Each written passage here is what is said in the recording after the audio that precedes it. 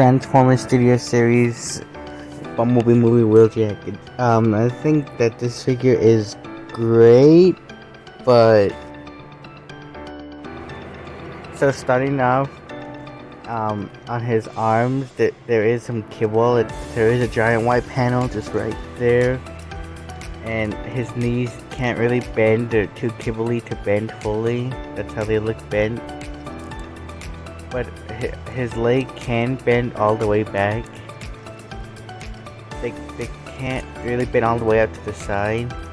He does have wrist rotation, but it's kind of restrained because of that, because of the chest. You can untap it, it'll move around. And his feet don't have any ankle rotation from side to side. They just go forward and back. And then he does come with a gun, only one gun. His gun is very identical to Ratchet and Bronze. This is Wheeljack's. And then this one's Brawn and Ratchet. They're all the same, but Wheeljack has the smallest gun out of all of them. I was rewatching the clip from the Cybertron scene, and they did all have the same gun, so this is accurate to the movie. And then here he is compared to the Earthrise Wheeljack. Now, I personally think that the Earthrise Wheeljack is better. It always was one of my favorite figures.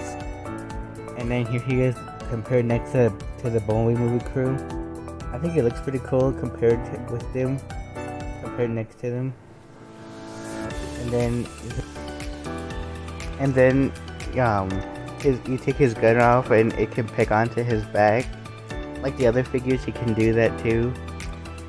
And then you put his gun to the side, and then the transformation on this guy is actually complicated. It's a lot more complicated than an average deluxe class. You kind of have to move everything around and twist everything. And then you have to move the panels around and make sure it's clear for them to move around. And sometimes there's a difficult time having everything in place. But out of all the figures in this wave, this is probably one of the most complicated ones because you gotta really move everything around. And that's how he looks in his vehicle mode. He looks pretty cool. I like the vehicle mode. And he has wheels, and he can roll. He rolls pretty nice. And then the gun can peg on top of him like that, and that's how he looks. And then he is compared to the Earthrise Wheeljack, and I still think the Earthrise Wheeljack is better in vehicle mode. This Wheeljack is good, but I think the Earthrise still is a little better. It always was one of my favorite figures, and that's how they look together.